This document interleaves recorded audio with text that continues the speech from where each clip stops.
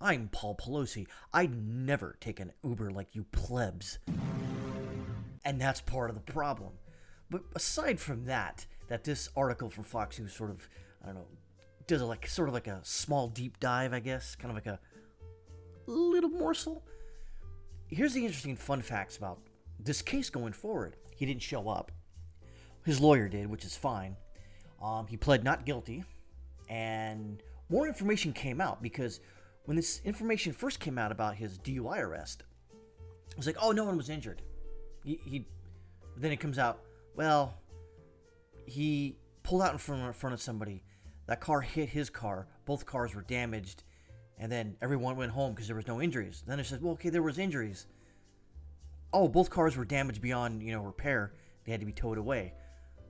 Later on, the guy that hit Paul Pelosi, who was drunk, by the way, according to the police officers, if you want to take that with a grain of salt, but the guy hit his car.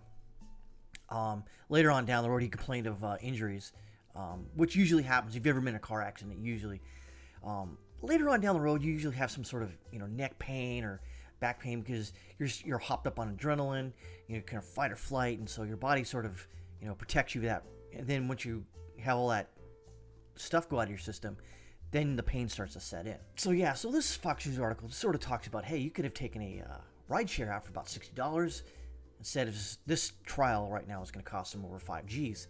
That is if, by the way, he actually does get in trouble for this. But here's another interesting fun fact.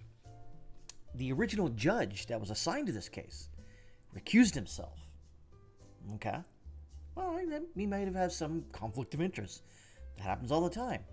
The lawyer that popped in now is a former prosecuting attorney in that county, I think in Napa, whatever the hell it is in California.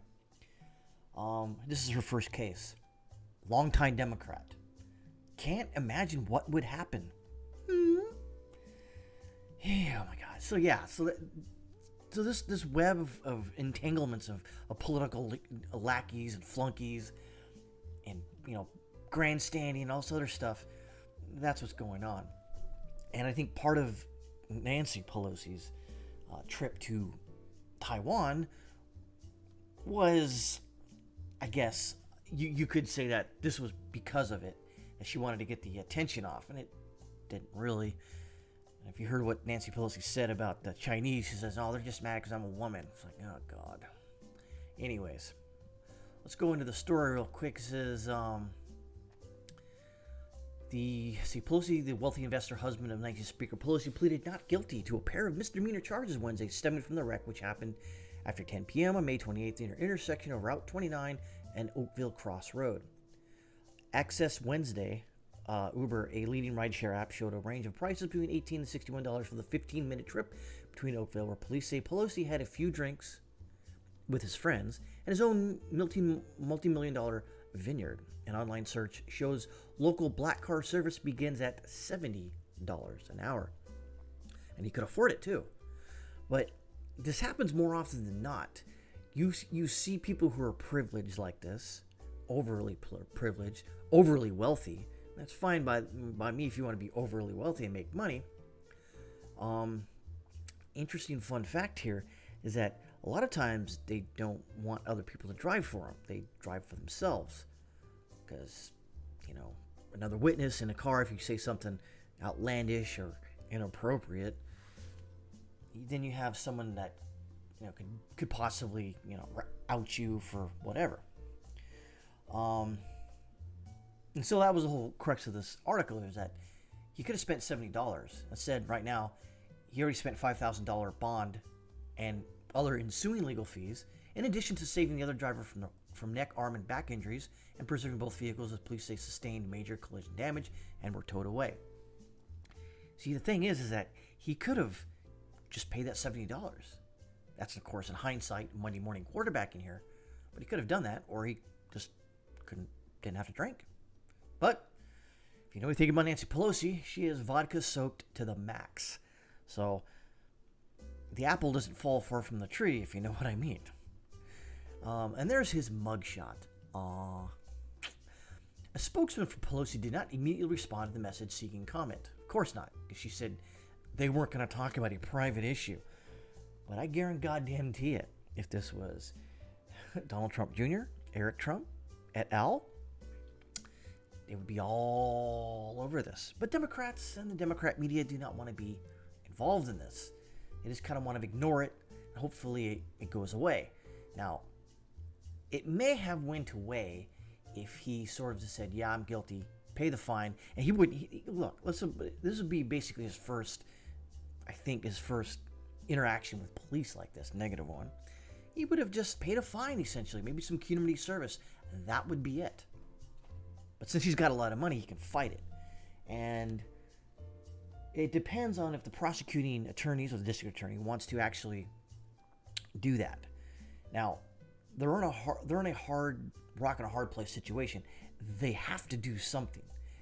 Now, if they just basically drop all charges, people will raise a stink for a couple days, then it'll go away for the next new current thing that'll pop up. So here's what the police said when they arrived.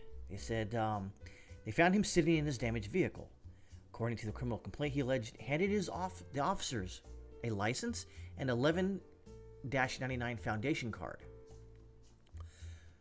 When they asked for his ID, the 1199 Foundation is a highway patrol charity that supports officers and provides scholarships for their children.